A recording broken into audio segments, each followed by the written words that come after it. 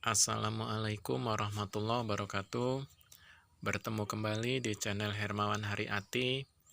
Pada kesempatan kali ini, saya akan kembali membagikan soal-soal dan jawaban kompetensi teknis untuk guru SD dan SMP. Disimak baik-baik dari nomor 1 sampai nomor 10. Jangan di-skip ya, karena setiap nomor adalah ilmu pengetahuan. Diingat-ingat soalnya, dipahami jawabannya, semoga dapat menjadi modal dalam menghadapi tes P3K tahap 3 dan tahap-tahap yang lain, serta dapat menjadi modal untuk menghadapi tes CPNS tahun 2022 mendatang. Langsung saja kita mulai. Untuk soal nomor 1, dalam kaitannya dengan upaya untuk memotivasi belajar siswa dan agar proses pembelajaran berlangsung efektif, maka guru perlu mengacu pada A. Metode pembelajaran, B. Pendekatan pembelajaran, C. Strategi pembelajaran, D. Gaya pembelajaran. Jawaban benar adalah C. Strategi pembelajaran. Jadi, seorang guru harus menggunakan strategi pembelajaran yang pas serta alat peraga yang pas, supaya proses pembelajaran dapat berlangsung efektif sesuai dengan harapan. Jadi, guru harus kreatif dalam menciptakan inovasi-inovasi, model-model dan metode pembelajaran yang pas untuk mata pelajaran yang berlangsung pada saat itu. Lanjut soal nomor 2. Pada dasarnya, teori belajar behavioristik sangat menekankan pada A. Proses belajar, B. Perkembangan siswa, C. Hasil belajar, D. Kepandaian siswa. Jawaban benar adalah B, yaitu perkembangan siswa.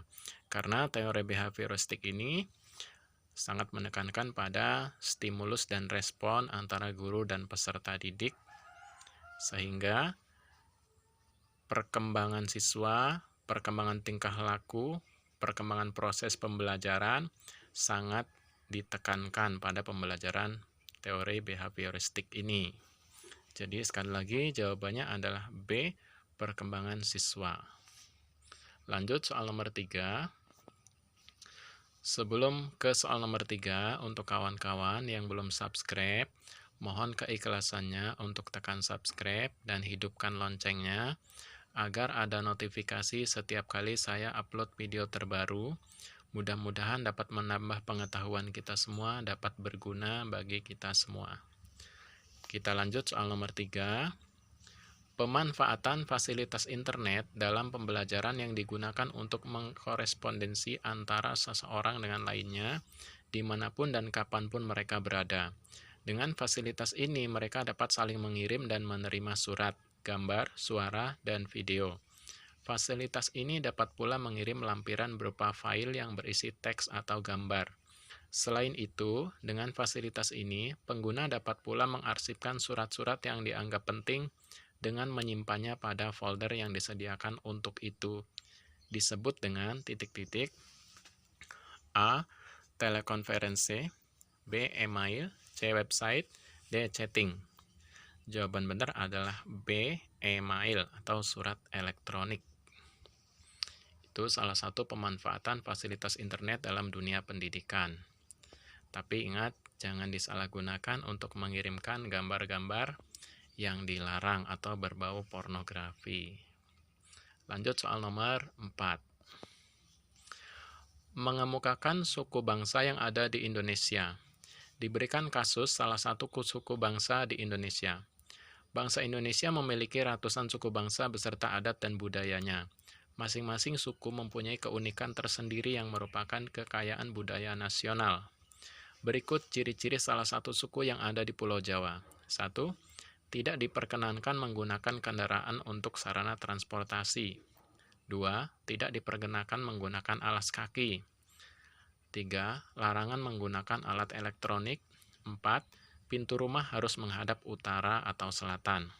Suku tersebut adalah A. Suku Asmat, B. Suku Bugis, C. Suku Baduy, D. Suku Dayak.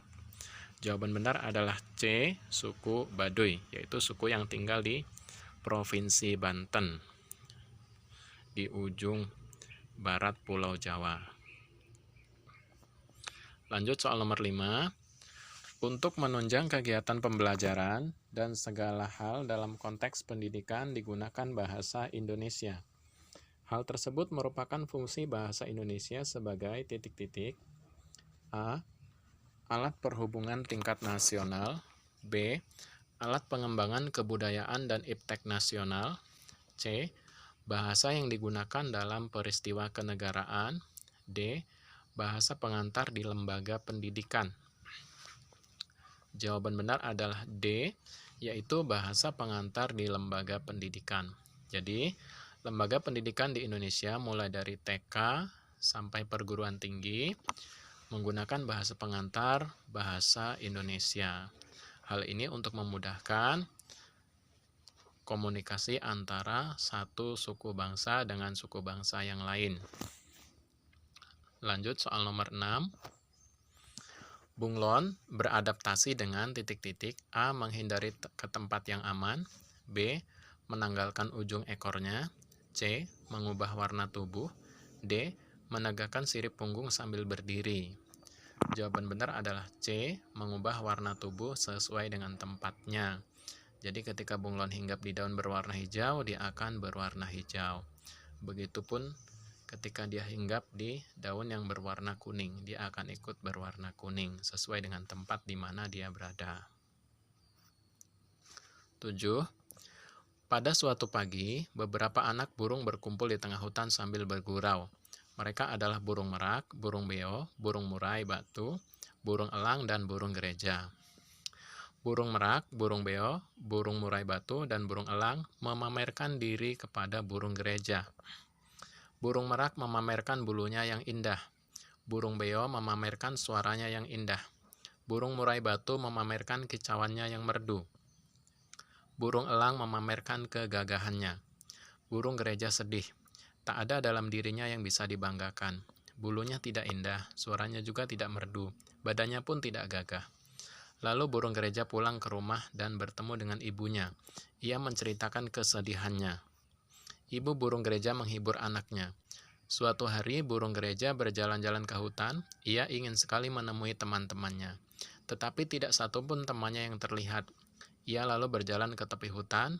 Di tempat Pak Tani, burung gereja melihat burung merak, burung beo, burung murai batu, dan burung elang dalam perangkap Pak Tani. Mereka bercerita hendak dijual ke kota. Burung merak, burung beo, burung murai batu, dan burung elang sedih. Mereka menyesali kesombongannya. Amanat yang dapat kita petik dari cerita tersebut adalah A. Kita tidak boleh menyombongkan kelebihan yang kita miliki. B. Kita tidak boleh memamerkan kekurangan kita. C. Kesabaran dan ketabahan hati akan mendatangkan kebaikan. D. Kita harus membanggakan diri sendiri supaya percaya diri. Jawaban benar adalah A, yaitu kita tidak boleh menyombongkan kelebihan yang kita miliki. Jadi, dalam hidup di dunia ini kita tidak boleh sombong dengan apa yang kita punya, dengan apa yang kita miliki. Karena sombong itu dibenci oleh Tuhan. Lanjut soal nomor 8. Nilai X yang memenuhi sistem persamaan 1 per X tambah 1 per Y sama dengan 10 dan 5 per X min 2 per Y sama dengan 26 adalah A.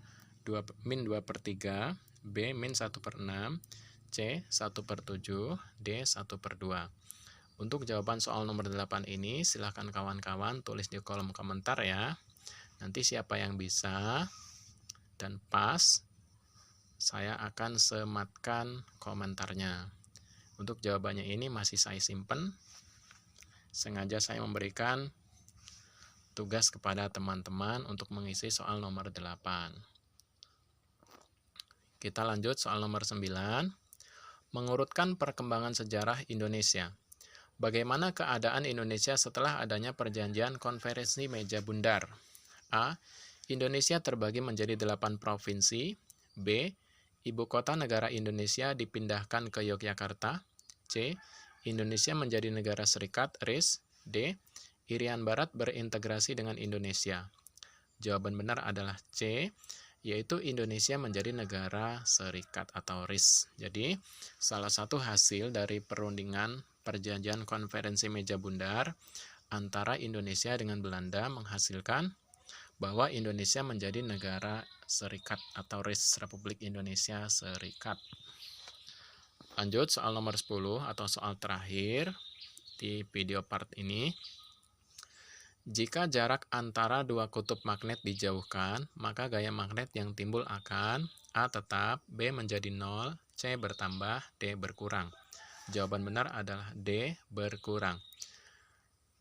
Gaya tarik terkuat terdapat pada kutub-kutub magnet. Jadi ketika kutub-kutub magnet masing-masing dijauhkan, maka gaya tariknya akan melemah atau berkurang. Semakin didekatkan, gaya tariknya akan semakin kuat. Demikian tadi 10 soal dari nomor 1 sampai nomor 10 beserta jawabannya. Mudah-mudahan dapat menjadi modal dalam menghadapi tes P3K tahap 3 dan tahap-tahap berapapun, serta tes CPNS tahun 2022 dan tahun-tahun yang akan datang. Kurang lebihnya saya mohon maaf. Saya akhiri. Wassalamualaikum warahmatullahi wabarakatuh. Silakan tonton video part selanjutnya. Terima kasih.